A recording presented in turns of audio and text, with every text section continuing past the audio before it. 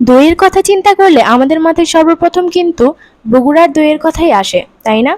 আজ আমি আপনাদের সামনে সিম্পল সহজ মিষ্টি দইয়ের রেসিপি নিয়ে হাজির হয়েছি। এটা বানানো কিন্তু অনেকটা সহজ, আর এটার টেস্টের ব্যাপারে যদি বলি তাহলে বলতে হবে বগুড়ার দইয়ের চেয়ে কোনো অংশে কম হবে না এটার টেস্ট, কথা দিচ্ছি।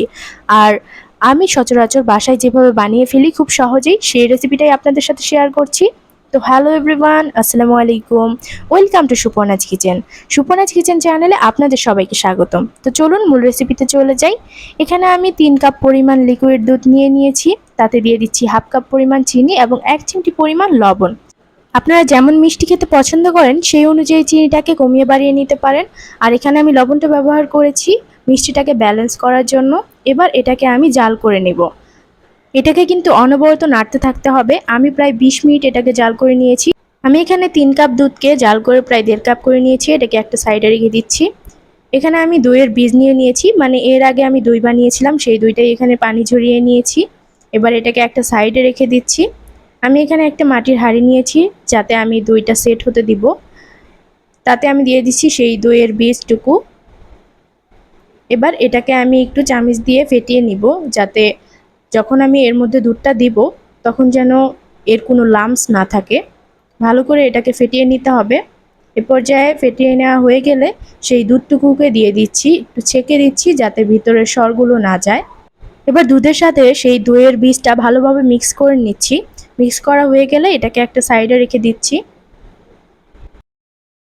এখানে আমি একটি কম্বল নিয়ে নিয়েছি, তার উপর দিয়ে দিচ্ছি একটা হাঁড়ি। হাঁড়িটাকে কিন্তু আমি হালকা গরম করে নিয়েছি। হাঁড়ির মধ্যে আমি একটা টাওয়াল দিয়ে দিচ্ছি। টাওয়ালের মধ্যে আমি সেই দইয়ের যে হাঁড়িটা সেটা দিয়ে দিলাম। এবার এটাকে ভালোভাবে টাওয়াল দিয়ে মুড়িয়ে, তারপর কম্বলটা মুড়িয়ে আমি এটাকে সারা রাতের জন্য সেট হতে রেখে দিব। প্রায় 7 থেকে 8 ঘন্টার জন্য এটাকে আমি সেট হওয়ার জন্য রেখে দিব। এটাকে আমি সারা রাতের জন্য সেট হওয়ার জন্য রেখে দিয়েছিলাম প্রায় 7 থেকে 8 ঘন্টার জন্য। 7 থেকে 8 ঘন্টা পর এটাকে আমি বের করে নিচ্ছি।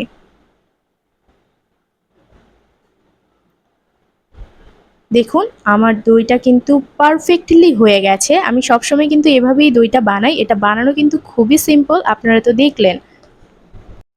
আমি কিন্তু ট্রাই করেছি সনাতন পদ্ধতিতেই দইটা বানানোর, সবাই যেভাবে বানায়। আর আমি সবসময় কিন্তু এভাবেই বানাই, খুবই সিম্পল একটা রেসিপি, আর খেতে অনেক অনেক অনেক বেশি মজার। আশা করছি আপনাদের কাছে ভিডিওটি ভালো লেগেছে। যদি ভালো লেগে থাকে লাইক, শেয়ার, কমেন্ট করতে ভুলবেন না। আপনাদের ফিডব্যাক কিন্তু আমার জন্য অনেক বেশি হেল্পফুল। এবং ভিডিওটি যদি ভালো লেগে থাকে চ্যানেলটি সাবস্ক্রাইব করে পাশেই থাকবেন এরকম মজার মজার রেসিপি পাওয়ার জন্য। Stay safe. আল্লাহ হাফেজ।